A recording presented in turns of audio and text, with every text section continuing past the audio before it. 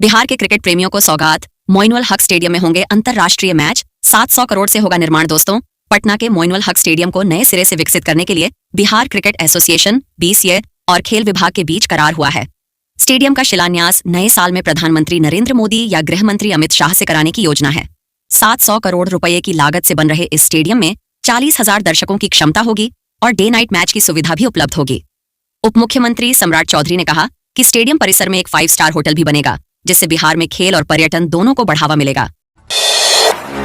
मुजफ्फरपुर दरभंगा के बीच नई rail line 24 kilometre दूरी घटेगी, सफर होगा आधे घंटे कम। दोस्तों, मुजफ्फरपुर और दरभंगा के बीच 67.4 किलोमीटर लंबी नई रेल लाइन के निर्माण का सर्वे पूरा हो चुका है। 2007 में मंजूर इस परियोजना पर 25,414 करोड़ रुपए का खर्च आ रहा है, जिसमें 10 नए स्टेशन, 27 क्रॉसिंग और 6 पुलों का निर्माण प्रस्तावित है। नई लाइन के शुरू होने से दरभंगा मुजफ्फरपुर की दूरी 24 किलोमीटर कम हो जाएगी, जिससे सफर में आधे घंटे की बचत होगी। वर्तमान में इस रूट पर ट्रेनों को समस्तीपुर होते हुए करीब 2 घंटे लगते हैं, जबकि नई लाइन पर यह सफर मात्र 1.5 घंटे में पूरा होगा। दिल्ली में मौसम का पहला कोहरा, AQI गंभीर स्तर पर।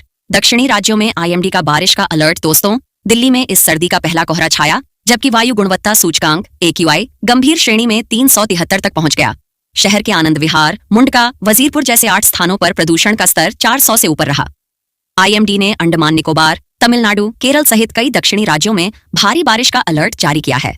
वहीं उत्तर भारत के कई इलाकों में हल्की ठंड महसूस की जा रही है। छठ महापर्व के दौरान यूपी और बिहार में मौसम शुष्क रहेगा, जिससे पर्व के दौरान बारिश की कोई संभावना नहीं है। शाम को श्री योजना में चयनित होंगे विद्यालय, नई सुविधाएं मिलेंगी। शिक्षकों पर नई स्थानांतरण नीति से बढ़ेगा बोझ। दोस्तों, PM श्री योजना के तहत चयनित नवोदय विद्यालय समेत कई सरकारी स्कूलों में स्मार्ट कक्षाएं, खेल और आधुनिक सुविधाओं पर विशेष ध्यान दिया जाएगा। इन सुधारों से छात्र उपस्थिति बढ़ाने और ड्रॉप आउट दर कम करने में मदद मिलेगी। जिला शिक्षा पदाधिकारी बिंदु कुमारी ने बताया कि इन विद्यालयों में उन्नत सुविधाएं जल्द ही बढ़ाई जाएंगी।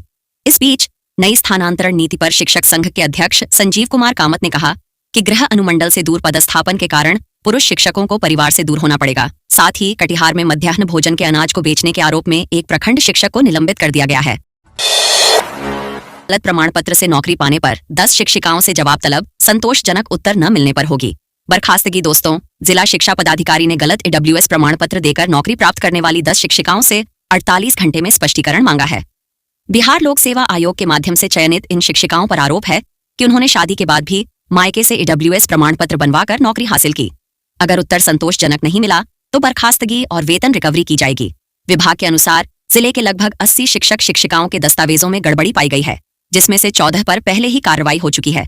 काउंसलिंग में सही तरीके से जांच न होने पर भी सवाल उठाए जा रहे हैं। बिहार के ग्रामीण बैंकों का विलय, जल्द आएगा IPO।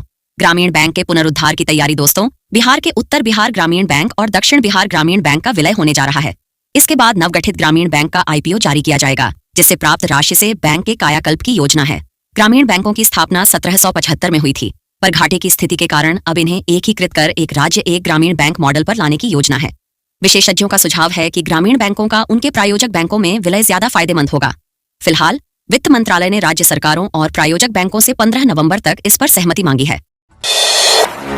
शहरी PHC में चिकित्सक की अनुपस्थिति से मरीज परेशान, HWC के चिकित्सक की प्रतिनियुक्ति। दोस्तों, हरनाटांड के प्राथमिक स्वास्थ्य केंद्र में चिकित्सकों की अनुपस्थिति के कारण मरीजों को परेशानी का सामना करना पड़ा।